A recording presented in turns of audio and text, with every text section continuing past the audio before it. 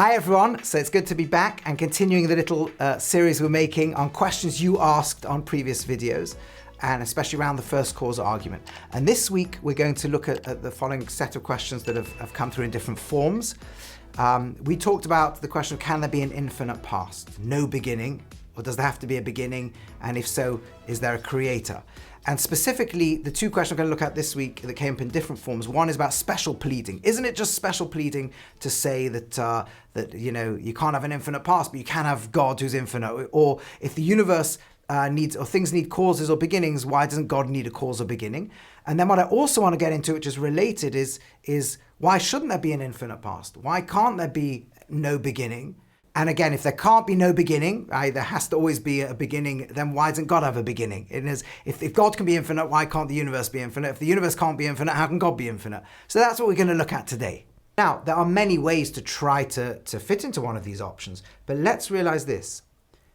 Before we go any further, to claim there is an infinite past, or to claim you get something from nothing, are things that are quite radical. I'm not saying yet that they're impossible, but I am saying they're quite radical.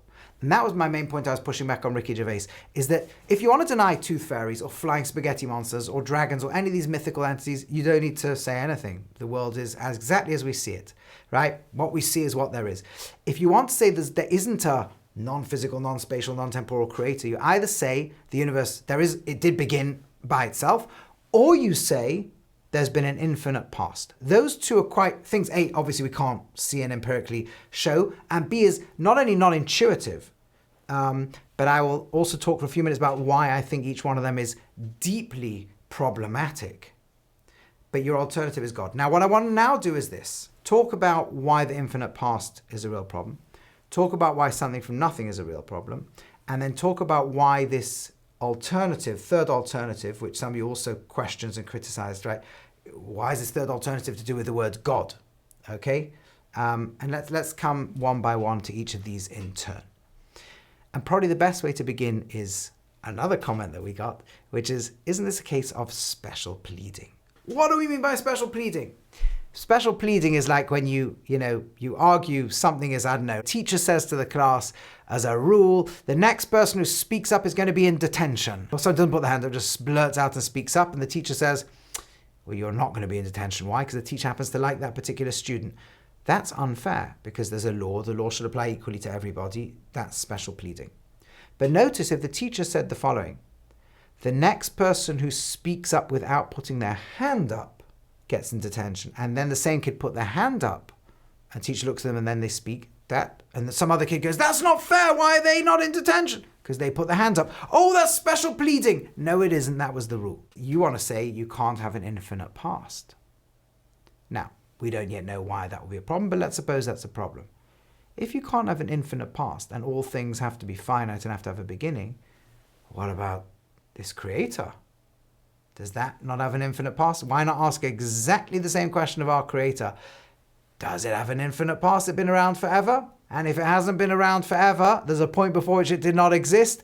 Did it come from nothing, etc.? So in other words, how does just throwing whatever you want to call it, God, creator, something in there, not just, how to escape the same problem you started with? Isn't that just special? And if somebody wants to say, no, God doesn't have a beginning, well, say the universe doesn't have a beginning. God can be around forever. The universe can be around forever. How do you get away without special pleading?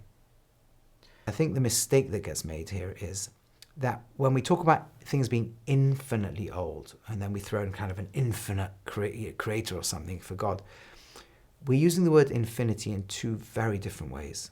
It's a quirk of the English language. And let me explain what I mean. The chances are when we first came across the word infinity in our, wherever it was, childhood, it might have been a teacher drawing the number 1 on a board, then the number 2, ... They might have put a letter N for number or whatever, but at some point they'd have put this little squiggly thing like a figure of 8 on its side, infinity. And when we were very young, we might have thought, oh, if you count high enough in the numbers, you get to the end, you get to infinity. And then we realized, hopefully as we got a bit older, or the next day or whenever, that actually that's not what it means. It means the numbers, all numbers are finite, right? But numbers are indefinitely extendable. They can go on and on and on. In fact, numbers are probably not even separate entities at all. They look like them because they make different symbols. But really, number is just, it's an algorithm, it's a system. It's like start somewhere, call it 0. Have a successor to that, call it 1. Repeat.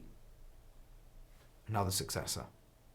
We call it 2, right? Another successor. We call that one 3, but you don't need to call it 3. Another successor. And that algorithm, go on and on and on and on and on and on and on and on, doesn't have an end. You could just keep doing it. By the way, some of you watching this are thinking, no, I studied maths, probably not A-level, let's say whatever it is, at college, at university, and we do infinite maths. And maybe I'll make a separate video on that topic, but just suffice it to say that the person who came up with that idea is a man called Georg Cantor in the 1880s. And actually, he never showed how you can get to the end of the numbers and be at that infinite point. He kind of just said, well, let's suppose you can. So he sort of actually did believe the numbers are kind of independent things that are in some kind of conceptual realm. He said, well, could we collect them all together? Like, how many are there? You know, they all exist. Nobody's ever shown us you can get to the end of the numbers and you're suddenly there. You've got infinitely many. So I'll make this even non-mathematical. Just another way of conceiving of this, just think about this is, you know, suppose I was holding in my hand some kind of object, right? Let's call it a box or a sphere, and it doubles in size every second, right? So, and it swallows everything up inside it. So within a second or two, it's got me completely inside. And then a few seconds later, the whole building that we're in and, you know, sooner or later planet Earth and the solar system and the Milky Way. Let's say there's edges to space and it gets there. No problem. It just makes more space and doubles into it and doubles. Is this sphere infinitely big? So on the one hand, you want to say, yeah, it's a bit like the numbers. It can get bigger and bigger and bigger and bigger. Right. But now let's think about the word infinite literally. In prefix means not. Finite means finishing, boundaries, limits. Doesn't have boundaries and limits. That's what it means to be infinite. Now, if this sphere, does it ever lose its boundaries and limits? Actually, not only does it not lose them, funnily enough, the bigger it gets, the more it has of them. The bigness has nothing to do with infinity. It doesn't come any closer to losing its size, losing its finiteness, I should say, when it gets bigger and bigger and bigger. So it will, there's no size this thing won't be, right? It just can reach out any possible size, and yet it will never be infinitely big, right? And that's a really powerful thought experiment because it shows you that bigness does not have anything to do with infinity. Being a million times or a billion or quadrillion or centrillion times bigger than it is now does not make it closer to getting to infinity. No amount of sizes gets anywhere closer to being infinity. This will not be infinite. Even though there is no size it won't reach. It will not reach an infinite size. It will not reach a size at which it does not have boundaries. In fact, getting bigger and bigger doesn't make it closer to losing its boundaries at all, which is such an important thought experiment because what it shows you is the problem of imagining that you can get something so big that it becomes infinitely big, or so old that it's infinitely old. So if you think, yes, bigness is not to do with infinity, then what would it take for something to be infinite? What would it take for something to have no limits and no boundaries? What is the only number that actually has no limits and boundaries? And the answer you'd have to say is 0. Now, to the Romans, that was like, no, that can't be a number, therefore. But actually, why not? Now, 0, when we use it, just means nothing. It's the negation of everything. But what it means is, let's suppose there were an infinite being for the moment, or some kind of infinite existence. Its characteristics would be more like 0 than anything else. It would not have size. The minute it has size, it's finite. It can get big or bigger or even bigger, but it's always stuck being finite. If it moves into time, it can get old, older, or older than that, but it will always be stuck being finite.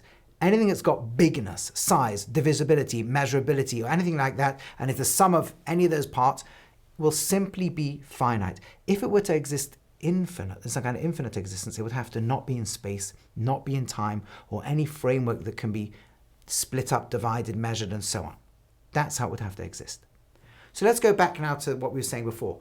Can there be an infinite past? There's a very good reason to say that doesn't make sense. Well, so much time that if you now take that time span, divide it up and add all this piece together, you have infinitely many of them. What do you mean time has crossed some kind of thing from finiteness to infinity? That it's so big that it's infinite? Does that even make sense? If you think that doesn't make sense, if you think that is impossible, then what you're going to say is there must be a beginning. Now, I want to show you how powerful this argument is. People are like, but that's something religious people say, or that's something ancient people said, but they didn't know physics. That's true. Ancient people did not know physics. If they made arguments to do with physics, they were always wrong, or almost always wrong. But there's one category of arguments they made that were almost always right, and those were based on mathematics. Why? Because physics tells us which particular laws our universe happens to have. You could easily imagine a universe with different laws of physics. In fact, throughout our history, people have thought this universe had different laws of physics, and it made sense. Then when you look deeper, it doesn't make sense. Now you have to add it. But you could have different laws of physics. What you can't imagine is a universe with different laws of mathematics. You can have different applications of mathematics, curved space, non-curved space, and so on, but the laws of mathematics will always be the same. 2 + 2 will always equal 4. You can't imagine a universe where that's not the case. In any universe, if the space is curved, it will always obey this type of geometry. If it's not, it will obey Euclidean geometry. If it's Euclidean, it will obey that type of geometry, and so on. The laws of maths are the laws that cannot be different because they are not the laws of the way the universe happens to be. They are reflections upon the way that all frameworks, dimensions, extensional, divisible structures must be. And even the ancients, though they didn't know the laws of physics very well, understood the mathematics very well. Today we have much more developed maths, but they understood the laws of mathematics extremely well. And reflection upon those laws could tell them a lot. To this day, when a physicist sees something or scientist sees something, there's the empirical data in front of them. Then there's the mathematical laws that tell us, if let's say it goes from a number 19 in measuring something to 38, that means it's doubled, right? You can't get that by adding 20 units or 750 units. In other words, the laws of mathematics give the scientists the parameters of possibilities. And then they have to look at the data of what actually is within the parameters of what possibly is, put the two together and come up with a theorem that tells us how things work. So going back to our issue, there's a real reason to doubt you can stretch something infinitely far back. It's gone so far back, time is now infinitely big. And that would be a really good argument for the fact that whilst we do not necessarily know the particular laws of physics, we do know that whether it's our universe, whether there's oscillations or universes or multiverses before us or things we can't even conceive of, if there cannot be a sum total of past that is infinite, that adds up to infinity, then there is a point before which there was none of this. Nothing measurable, mathematical, divisible, no space, no time, no other dimensions we can't think of, none of that. And that's the argument that all of this, physicalness, space, time, or any other dimensions, realms, divisible, extensional that there are, once did not exist, or there's a point before which they do not exist. So we've looked a lot at the question of could there be an infinite past of finite extensional reality?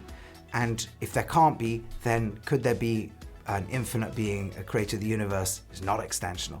But of course, there's another question, another alternative. If you say, well, that, yes, I agree there isn't an infinite past, so there's a point before which nothing exists. Why can't there just be nothing? It just creates itself, or it just begins, or that's all there is. Why does there need to be a creator? Why can't there be something without explanation or something from nothing?